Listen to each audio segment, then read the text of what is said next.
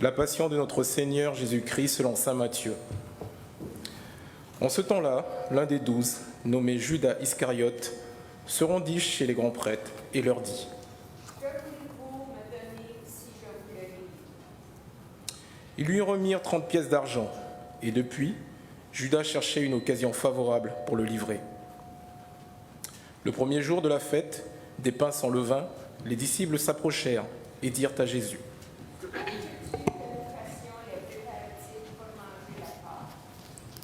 Il leur dit : Allez à la ville chez un tel et dites-lui, le maître te fait dire, mon temps est proche, c'est chez toi que je veux célébrer la Pâque avec mes disciples.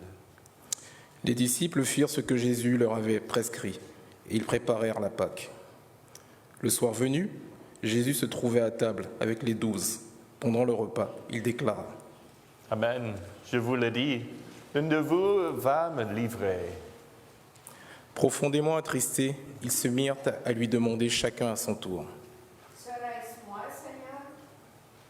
Prenant la parole, il dit : Celui qui s'est servi au plat en même temps que moi, celui-là va me livrer.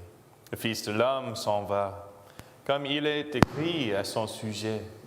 Mais malheureux celui par qui le Fils de l'homme est livré.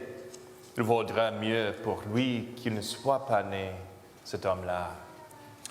Judas, celui qui le livrait, prit la parole. Rabbi, serait-ce moi? Jésus lui répond : C'est toi-même qui l'as dit. Pendant le repas, Jésus ayant pris du pain et prononcé la bénédiction, le rompit. Et, le donnant aux disciples, il dit : Prenez, mangez, ceci est mon corps. Puis, ayant pris une coupe et ayant rendu grâce, il la leur donna en disant : Buvez-en tous, car ceci est mon sang, le sang de l'Alliance, versé pour les multitudes, en rémission des péchés.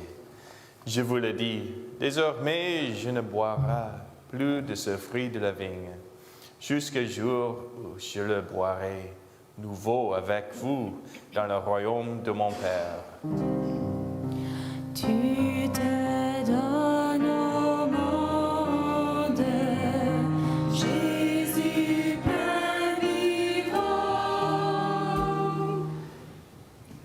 Après avoir chanté les psaumes, ils partirent pour le mont des Oliviers.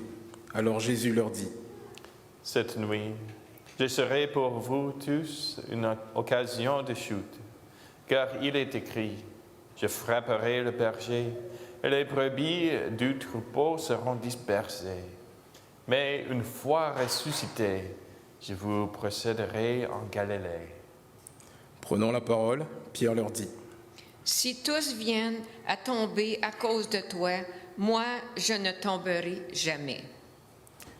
Jésus lui répondit : Amen, je te le dis, cette nuit même, avant le coq chante, tu m'auras renié 3 fois. Pierre lui dit : Même si je dois mourir avec toi, je ne te renierai pas. Et tous les disciples dirent de même.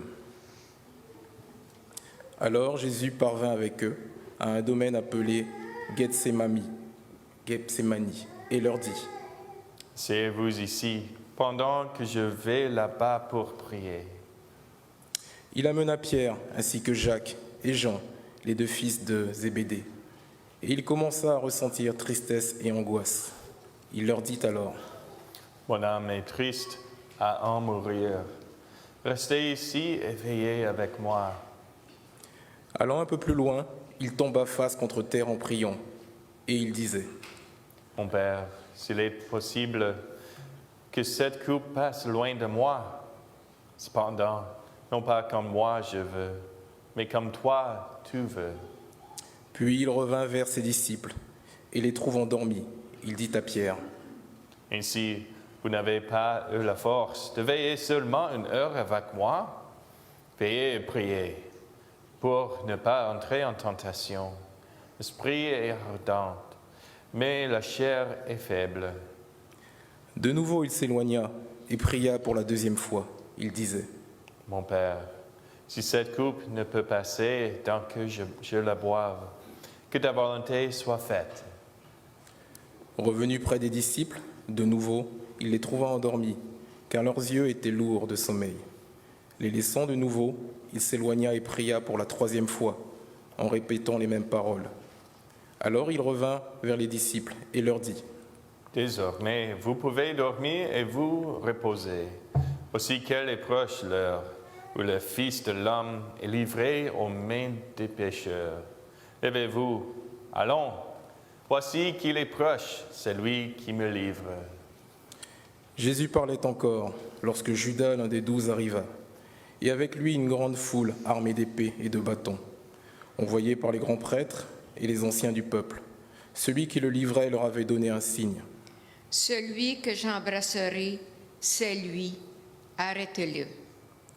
Aussitôt, s'approchant de Jésus, il lui dit : Salut, Rabbi. Et il l'embrassa. Jésus lui dit : Mon ami, ce que tu es venu faire, fais-le. Alors ils s'approchèrent, mirent la main sur Jésus et l'arrêtèrent. L'un de ceux qui étaient avec Jésus portait la main à son épée, la tira, frappa le serviteur du grand prêtre et lui trancha l'oreille.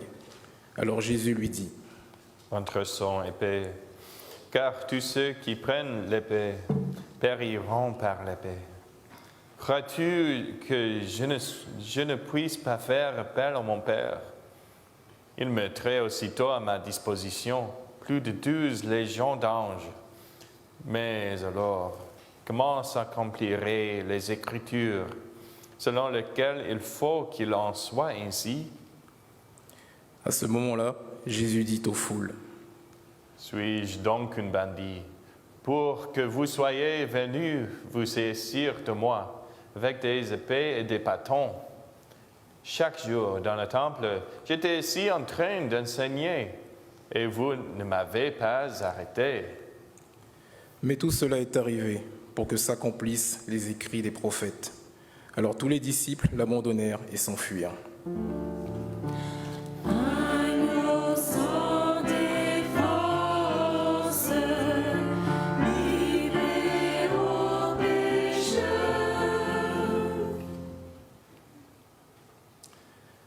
Ceux qui avaient arrêté Jésus l'amenèrent devant Caïphe, le grand prêtre, chez qui s'étaient réunis les scribes et les anciens. Quant à Pierre, il le suivait à distance, jusqu'au palais du grand prêtre. Il entra dans la cour et s'assit avec les serviteurs pour voir comment cela finirait. Les grands prêtres et tout le conseil suprême cherchaient un faux témoignage contre Jésus pour le faire mettre à mort. Ils n'en trouvèrent pas. Pourtant, beaucoup de faux témoins s'étaient présentés. Finalement, il s'en présenta 2, celui qui déclarèrent : Celui-là a dit, je peux détruire le sanctuaire de Dieu et en 3 jours le rebâtir. Alors le grand prêtre se leva et lui dit : Tu ne réponds pas? Que dis-tu des témoignages qu'il porte contre toi? Mais Jésus gardait le silence. Le grand prêtre lui dit : Je t'adjure par le Dieu vivant de nous dire si c'est toi qui es le Christ, le Fils de Dieu. Jésus lui répond : C'est toi-même qui l'as dit. En tout cas, je vous le déclare, désormais vous verrez le Fils de l'homme siéger à la droite de Tout-Puissant et venir sur nuée du ciel. Alors le grand prêtre déchira ses vêtements en disant : Il a blasphémé. Pourquoi nous faut-il encore des témoins? Vous venez d'entendre le blasphème. Quel est votre avis? Ils répondirent. Mais Alors ils lui crachèrent au visage et le giflèrent. D'autres le rouèrent de coups en disant :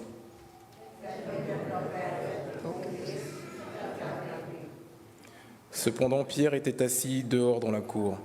Une jeune servante s'approcha de lui et lui dit : toi aussi, tu étais avec Jésus, le Galiléen. Mais il le nia devant tout le monde et dit : Je ne sais pas de quoi tu parles. Une autre servante le vit sortir en direction du portail, et elle dit à ceux qui étaient là : Celui-ci était avec Jésus, le Nazaréen. De nouveau Pierre le nia en faisant ce serment. Je ne connais pas cet homme. Peu après, ceux qui se tenaient là s'approchèrent et dirent à Pierre, « Sûrement, toi aussi, tu es l'un d'entre eux. D'ailleurs, ta façon de parler te trahit. » Alors il se mit à protester violemment et à jurer. « Je ne connais pas cet homme. » Et aussitôt un coq chanta.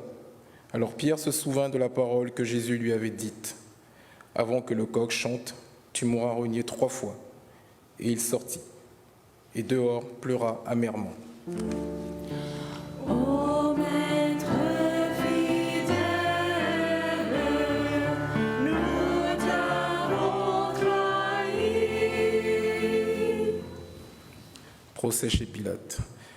Le matin venu, tous les grands prêtres et les anciens du peuple tinrent conseil contre Jésus pour le faire mettre à mort. Après l'avoir ligoté, ils l'emmenèrent et le livrèrent à Pilate, le gouverneur. Alors en voyant que Jésus était condamné, Judas qui l'avait livré fut pris de remords. Il rendit les 30 pièces d'argent aux grands prêtres et aux anciens. Il leur dit, « J'ai péché en livrant à la mort un innocent. » Ils répliquèrent, « Que nous importe, cela te regarde. » jetant alors les pièces d'argent dans le temple, il se retira et alla se pendre. Les grands prêtres ramassèrent l'argent et dirent, « Il n'est pas permis de le verser dans le trésor puisque c'est le prix du sang. » Après avoir tenu conseil, ils achetèrent avec cette somme le champ du potier pour y enterrer les étrangers. Voilà pourquoi ce champ est appelé jusqu'à ce jour le champ du sang. Alors fut accomplie la parole prononcée par le prophète Jérémie.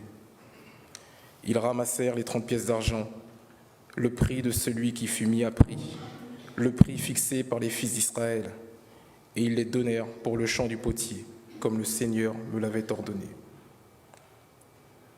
On fit comparaître Jésus devant Pilate, le gouverneur, qui l'interrogea. « Es-tu le roi des Juifs? » Jésus déclara, C'est toi-même qui le dis. mais tandis que les grands prêtres et les anciens l'accusaient, il ne répondit rien. Alors Pilate lui dit, « Tu n'entends pas tous les témoignages portés contre toi? » mais Jésus ne lui répondit plus un mot, si bien que le gouverneur fut très étonné. Or, à chaque fête, celui-ci avait coutume de relâcher un prisonnier, celui que la foule demandait. Il y avait alors un prisonnier bien connu, nommé Barabbas. Les foules s'étant donc rassemblées, Pilate leur dit, « Qui voulez-vous que je vous relâche? Barabbas ou Jésus appelé le Christ? » Il savait en effet que c'était par jalousie qu'on avait livré Jésus. Tandis qu'il siégeait au tribunal, sa femme lui fit dire, « Ne te mêle pas de l'affaire de ce juste, car aujourd'hui j'ai beaucoup souffert en songe à cause de lui. » Les grands prêtres et les anciens poussèrent les foules à réclamer Barabbas et à faire périr Jésus. Le gouverneur reprit, « Lequel des deux voulez-vous que je vous relâche? » Ils répondirent, Pilate leur dit, « Que ferai-je donc de Jésus appelé le Christ? » Ils répondirent tous. Pilate demanda. « Quel mal a-t-il donc fait? » Il criait encore plus fort. Pilate, voyant que ses efforts ne servaient à rien, sinon à augmenter le tumulte, prit de l'eau et se lava les mains devant la foule, en disant, « Je suis innocent du sang de cet homme. Cela vous regarde. » Tout le peuple répondit.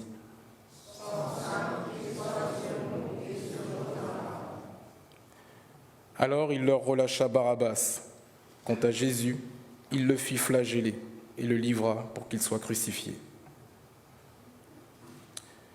Alors les soldats du gouverneur emmenèrent Jésus dans la salle du prétoire et rassemblèrent autour de lui toute la garde. Ils lui enlevèrent ses vêtements et le couvrirent d'un manteau rouge. Puis, avec des épines, ils tressèrent une couronne et la posèrent sur sa tête. Ils lui mirent un roseau dans la main droite et pour se moquer de lui, ils s'agenouillaient devant lui en disant, et après avoir craché sur lui, ils prirent le roseau et ils le frappaient à la tête.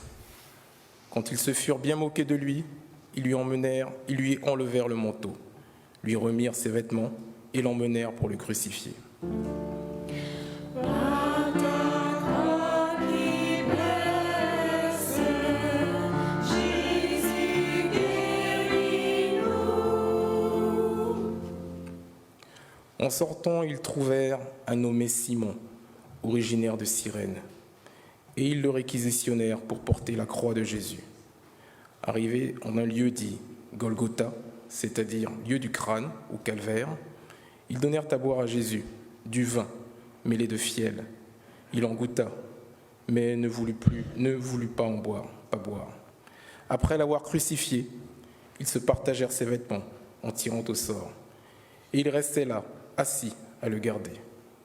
Au-dessus de sa tête, ils placèrent une inscription indiquant le motif de sa condamnation. Celui-ci est Jésus, le roi des Juifs. Alors on crucifia avec lui 2 bandits, l'un à droite et l'autre à gauche. Les passants l'injuriaient. En hochant la tête, ils disaient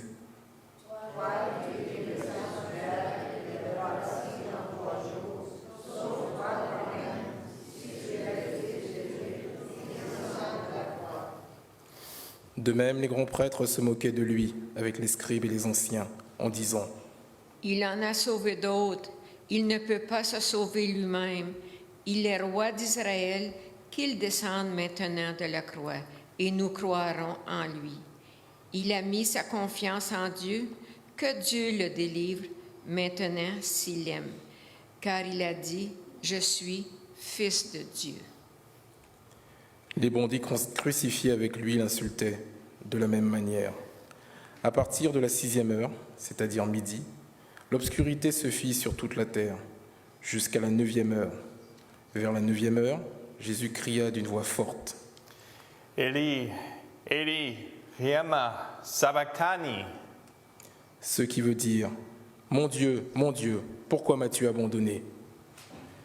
L'ayant entendu, quelques-uns de ceux qui étaient là disaient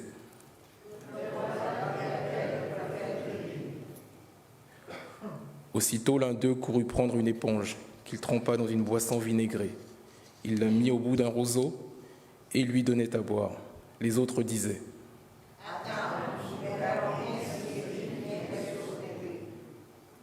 Mais Jésus, poussant de nouveau un grand cri, rendit l'esprit. Et voici que le rideau du sanctuaire se déchira en 2.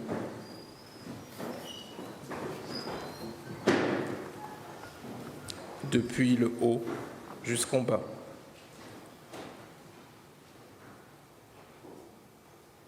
La terre trembla et les rochers se fendirent, les tombeaux s'ouvrirent, les corps de nombreux saints qui étaient morts ressuscitèrent, et sortant des tombeaux après la résurrection de Jésus, ils entrèrent dans la ville sainte et se montrèrent à un grand nombre de gens. À la vue du tremblement de terre et de ces événements, le centurion et ceux qui avec lui gardaient Jésus furent saisis d'une grande crainte et dirent Vraiment, celui-ci était fils de Dieu.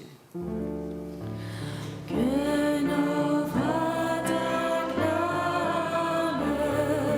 Jésus, Fils de Dieu. Il y avait là de nombreuses femmes qui observaient de loin. Elles avaient suivi Jésus depuis la Galilée pour le servir. Parmi elles se trouvait Marie-Madeleine, Marie, mère de Jacques et de Joseph, et la mère des fils de Zébédée. Comme il se faisait tard, arriva un homme riche, originaire d'Arimathie, qui s'appelait Joseph, et qui était devenu lui aussi disciple de Jésus. Il alla trouver Pilate pour demander le corps de Jésus. Alors Pilate ordonna qu'on le lui remette. Prenant le corps, Joseph l'enveloppa dans un linceul immaculé et le déposa dans le tombeau neuf qu'il s'était fait creuser dans le roc. Puis il roula une grande pierre à l'entrée du tombeau et s'en alla. Or, Marie-Madeleine et l'autre Marie étaient là, assises en face du sépulcre. Le lendemain, après le jour de la préparation, les grands prêtres et les pharisiens s'assemblèrent chez Pilate en disant « Seigneur, nous nous sommes rappelés ce que cet imposteur a dit de son vivant. 3 jours après, je ressusciterai. Alors, donne l'ordre que le sépulcre soit surveillé jusqu'au 3e jour, de peur que ses disciples ne viennent voler le corps et ne disent au peuple, « Il est ressuscité d'entre les morts », cette dernière imposture serait pire que la première. Pilate leur déclara Vous avez un garde? Allez, organisez la surveillance comme vous l'entendez. Ils partirent donc et assurèrent la surveillance du sépulcre en mettant les scellés sur la pierre et en y plaçant la garde.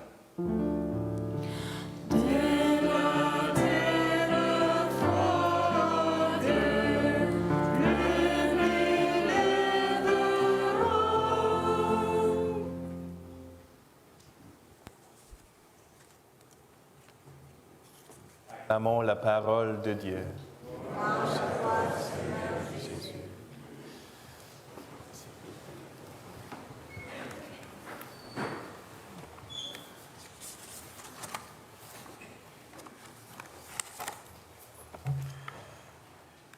Il y a beaucoup à regarder et à penser lorsque nous entendons ce scénario très familier, mais toujours déchirant. L'histoire de notre rédemption, achetée à un prix énorme. Le fait d'entendre ce récit à haute voix nous fait plonger dans le mystère de la passion du Christ. Elle est censée être une expérience puissante et transformatrice pour nous, qui nous aide à marcher avec Jésus dans sa souffrance. Nous sommes assis avec lui lors de la dernière scène avec les apôtres. Nous pleurons avec lui dans le jardin de Gethsémani. Puis, avec les disciples, nous assistons impuissants à son voyage vers la montagne. Et nous nous tenons au pied de la croix avec sa mère, Marie. Nos émotions traversent le parcours difficile de ce récit.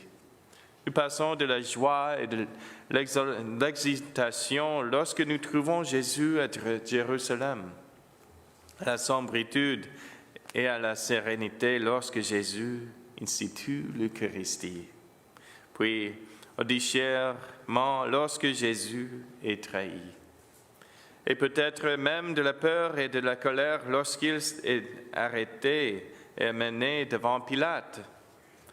Alors que nous entrons dans la Semaine Sainte, il y a tant de choses à penser, à méditer. Nous pourrions nous identifier aux disciples qui se sont soudainement retrouvés dans une situation difficile. Ils se posent des questions telles que pourquoi et maintenant? Je suis sûr dans cet âge, nous nous posons tous ces questions. Mais lorsque nous réfléchissons à la passion du Seigneur, nous pouvons aussi, comme le centurion, contempler l'amour puissant de notre Sauveur. Vraiment, cet homme était le Fils de Dieu. Il y a beaucoup à penser. C'est une longue lecture. Nous pourrions nous demander par où commencer. Suivons l'exemple de Marie, en méditant toutes ces choses dans notre cœur. Une pratique spirituelle qui peut nous aider à réfléchir comme elle, consistait à calmer notre esprit et à prendre le temps du silence. Faites-le de la manière qui vous convient le mieux. Allumez une bougie, fermez vos ordinateurs portables, mettez vos téléphones dans une autre place. Ouvrez vos Bibles à la passion du Seigneur. Puis, demandez au Seigneur, quelle est la scène ou la personne avec laquelle tu voudrais que je m'associe? Peut-être Saint Simon, qui est allé à l'encontre de la foule pour porter la croix avec Jésus, ou l'un des apôtres à la table du repas du Seigneur. Mettez-vous à leur place. Imaginez les images et les sons, les sentiments qui les animent. Concentrez-vous sur un verset ou même simplement sur un mot. Si vous vous sentez distrait, ce qui est tout à fait normal, revenez-y doucement si rien ne se passe. C'est peut-être la sérénité de la tombe qui attire votre attention. Et à la fin de votre prière, n'oubliez pas d'offrir une prière d'action de grâce. Dans ce temps de contemplation avec le Seigneur, vous trouverez de nombreuses bénédictions, en particulier au moment où nous entrons dans la période de Pâques. Avant de poursuivre notre repas du Seigneur, l'Eucharistie, je conclurai en partageant la sagesse de Saint François de Sales pour vous guider. De même que les oiseaux ont leur nid où se retirer, et les cerfs leur ouvrent, leur fourré où se réfugier, soit pour jouir de la fraîcheur de l'ombre dans la chaleur de l'été, soit pour protéger et se défendre. De même, devrions-nous choisir chaque jour un endroit, soit sur le mont Calvaire, soit dans les plaies de notre Seigneur, soit près de lui, où nous retirer en toute occasion pour nous rafraîchir et nous récréer, ou bien pour nous défendre, comme dans une forteresse contre les tentations. Heureuse l'âme qui peut vraiment dire à notre Seigneur, « Vous êtes ma maison de refuge, ma protection contre les épines, mon ombre contre la chaleur. »